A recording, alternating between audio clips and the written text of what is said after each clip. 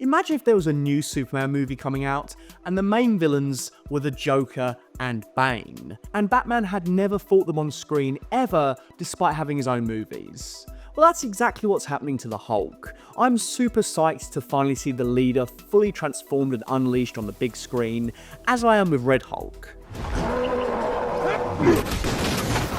Come on, guys! But it's such a shame that they're going to be in a Captain America movie instead of a Hulk one. The MCU has played fast and loose with its villains before, and even next year we're going to see Doctor Doom's name in the title of an Avengers movie instead of a Fantastic Four movie. But to me, the Hulk particularly stings because he hasn't been given the focus, let alone the tone he deserves. Bruh! This is a deeply tragic character, one that has not only fallen out of relevance, but has had all the grit and what makes him interesting slowly stripped away. I didn't see an end, so I put a bullet in my mouth and the other guy spit it out. It feels like rubbing salt in the wound that his #1 nemesis, the leader, is making his big screen debut without fighting the Hulk. It would be like doing a Craven movie without Spider-Man. Imagine that! We need a new Hulk movie to recenter him as the focus and make up for lost time. Maybe we even need a new Hulk altogether.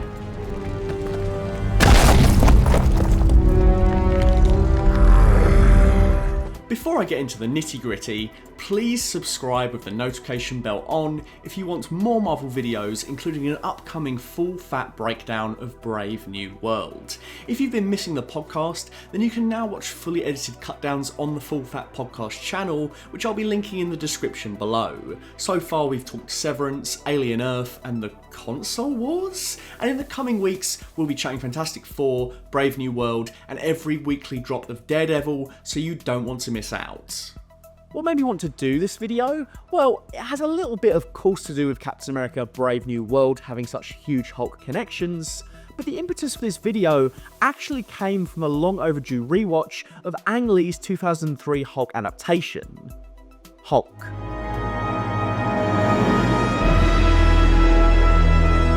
I can't remember the last time I saw it, and whilst I did enjoy it a fair amount as a kid, even then it was impossible to ignore the negative reception. I didn't come back to it like I did the other superhero movies of that time, like X2 or Spider-Man 1 and 2 or even Daredevil. It had a lot of talking and not so much smashing, and without any kind of strong critical consensus, it was easy to ignore. I still like The Incredible Hulk a great deal, and we'll touch on that movie in a minute, but I actually think that Ang Lee's Hulk is the stronger adaptation of the character.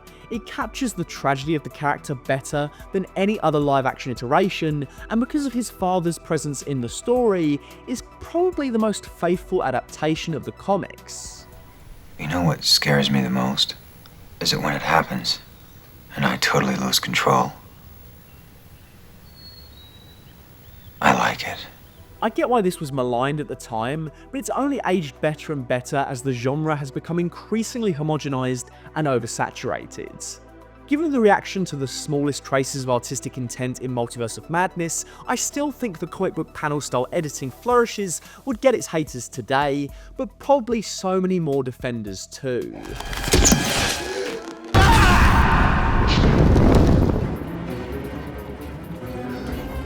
I think the editing in this movie is awesome. It's kind of a precursor to what the Spider-Verse movies would eventually do, albeit better.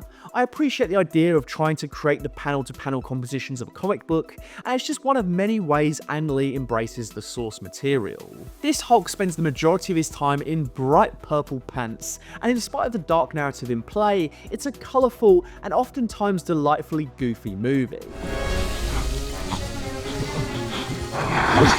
It works because the material is taken seriously. At the heart of the story is a parable about how our parents fuck us up, about how generational trauma shapes us, and how we store the pain that comes from that trauma, how we bury it deep in such a way that it has no way out other than to manifest in a potentially destructive way.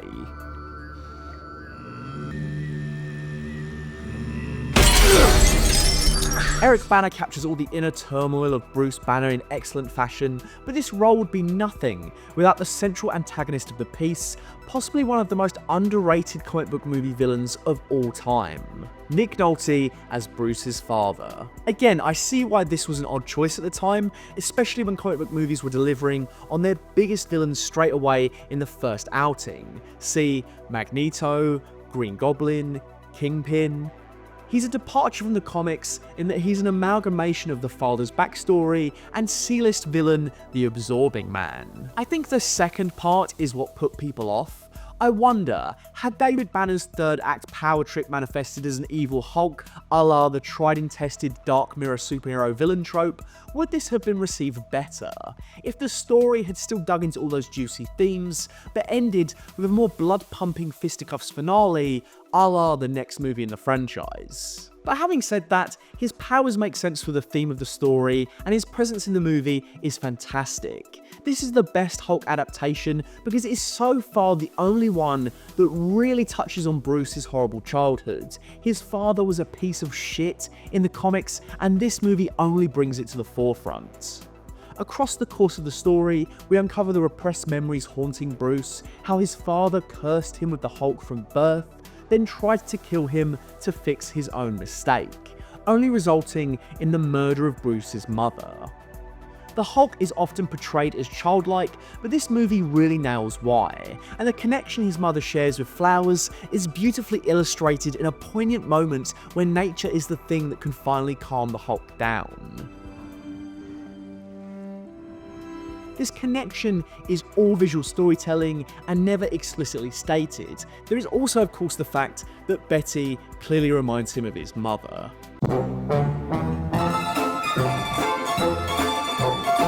The culmination of Bruce's trauma as he comes face to face with his father, power-hungry and hell-bent on rejecting him in lieu of what he describes as his real son, is heartbreaking. And it all comes to a wonderful crescendo when Bruce proves he and the Hulk are one. David wants the Hulk's power, and the Hulk's power is rooted in Bruce's childhood trauma, so in an epic moment, he tells him he can have it. He can have it all. Take it! Take it all! I love the physical payoff to this, seeing David Cronenberging into a massive gelatinous cloud bursting at the seams from the Hulk's pain.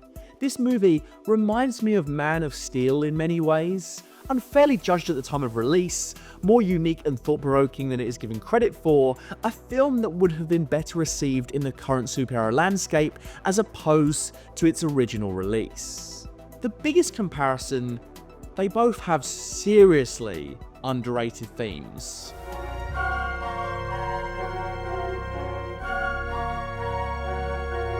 The Hulk 2003 theme doesn't get spoken about nearly enough. It's equal parts epic and haunting and insanely memorable. This movie is really worth a look or a rewatch if, like me, you hadn't seen it since the 2000s. I felt a level of catharsis watching this Hulk movie that I haven't felt with the MCU Hulk ever, and I think any Hulk film in the future absolutely must tackle the tragedy with as deft a hand as this movie.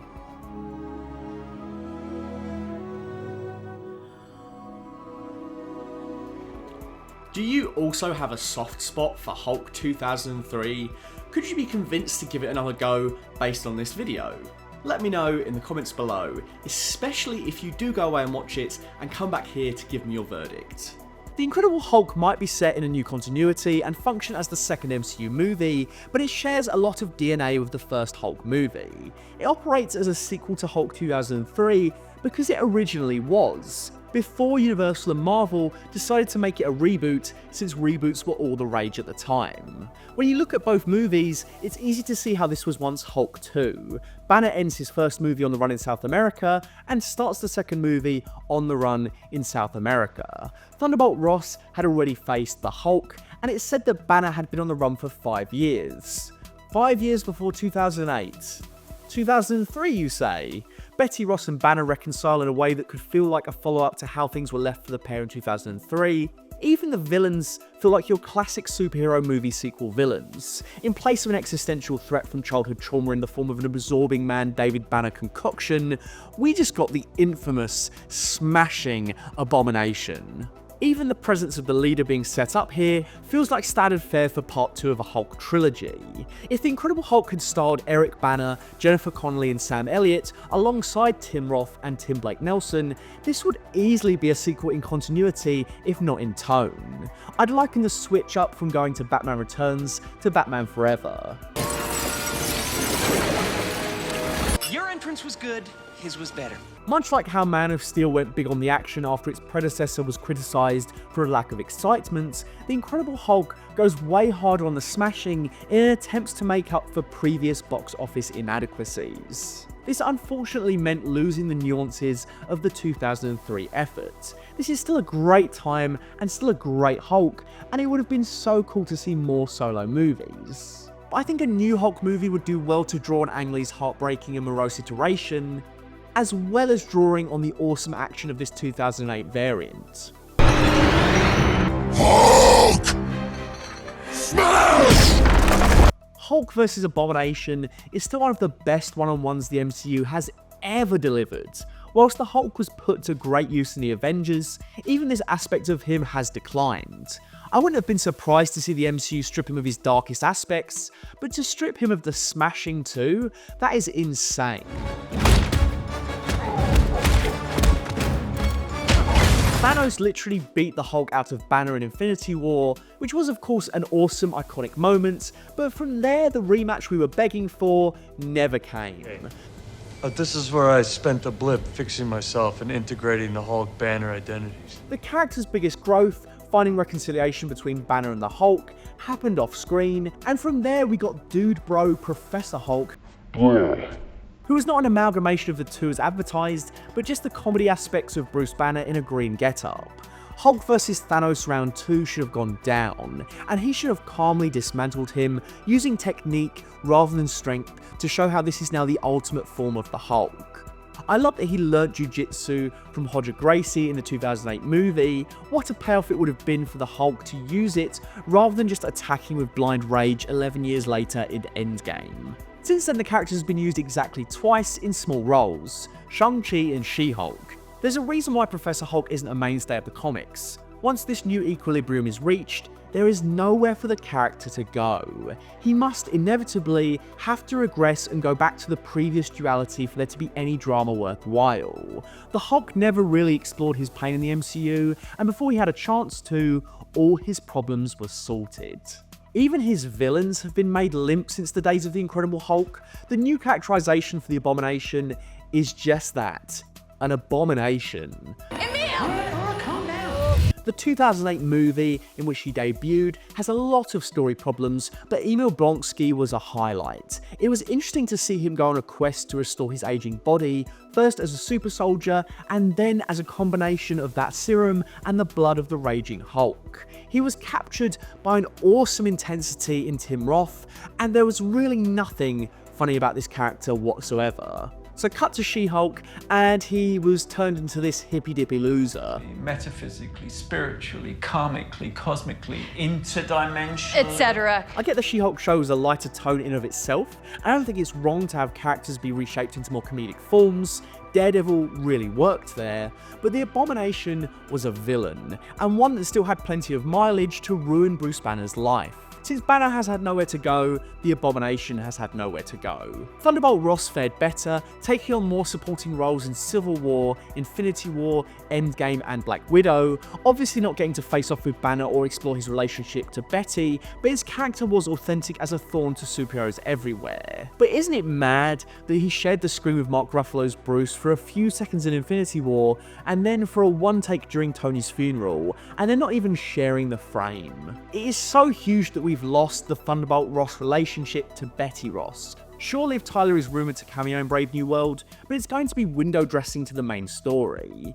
Both Hulk 2003 and The Incredible Hulk delve into that wonderful three-pronged dynamic from the comics, in that Betty and Bruce love each other, and Betty loves her father loves her, but he is hell-bent on hunting the Hulk. Stripping that away from Ross and just making him a more generic, militaristic villain to the Avengers is less personal and ultimately inferior. I'm sure Harrison Ford is great as Ross, but it's kind of mad to think that even though the continuity isn't completely aligned, the character started all the way back in 2003's Hulk with Sam Elliott, before the 2008 movie jettisoned its sequel status. If by some chance he did survive, I'll try to get in touch. You'd tell me, wouldn't you? No. How mad to go from a multi-dimensional Ross to one that turns into a Red Hulk without Betty Ross or the Hulk to make any of it meaningful. Since when were they red? From a character that has been recast as many times as the Hulk himself, to one that has been surprisingly consistent 17 years later. The Leader was of course set up in The Incredible Hulk, and then unceremoniously benched when the movie didn't get a sequel. I don't think that should have stopped Marvel though.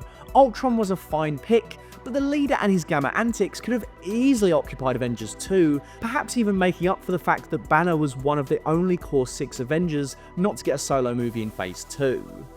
Regardless, now the Leader is finally back, and I am hyped because he's an awesome cerebral villain, but isn't it just once again so odd that he's going to face Cap before the Hulk? I'm sure he could still face Bruce somewhere down the line, but it's still strange that we've waited all these years, and now he's going to get paired up with a character he has no connection to. The supposed universe-wide reboot of the MCU that is set to happen after Secret Wars will benefit the X-Men, integrating them into this world, but I think it could most of all benefit the Hulk. I'm sure Tom Holland's Spidey, the new Fantastic Four, and many more will stick around alongside the Age of Mutants, but Mark Ruffalo is nearly 60, and I think he's done pretty much all there is to do with this version of Banner. There's been multiple rumours that we're getting a Hulk vs Wolverine movie, and I think we're all naturally assuming it's going to be Jackman and Ruffalo coming to blows. But what if it's a chance to reboot both characters in one movie and give us exciting new iterations? From there, we could get a whole new Hulk trilogy, done right with the villains in the driving seat. Why not go blank slate with the Hulk, give us a new actor, and reset the whole thing? The MCU will need to diversify its stories in order to survive, so why not go back to the dramatic and dark storytelling of Hulk 2003? You can start the awesome action of Hulk 2008 even. I would say the best Hulk movie is still yet to come, one which is a blend of those two solo movies. A movie that cuts to the heart of Banner, the tragedy, the childhood, the cycles of abuse, the rage, but also the hope, the optimism, the goodness inherent to the character that faces off against his wonderful array of villains. The Leader must face the Hulk on screen one day, and it must have epic action to boot. Is that all you've got? Are you annoyed the Hulk's biggest villains aren't facing the Hulk? Do you think Marvel would do well to give the Hulk a blank slate with a fresh Bruce Banner after Secret Wars? Or do you want to see Ruffalo fight Wolverine or engage in World War Hulk? Let me know what you think in the comments below, and please leave a like if you enjoyed this video. Next up is a 2-week Cap double whammy, videos on both Rogers and Wilson. You want me? Come and get me!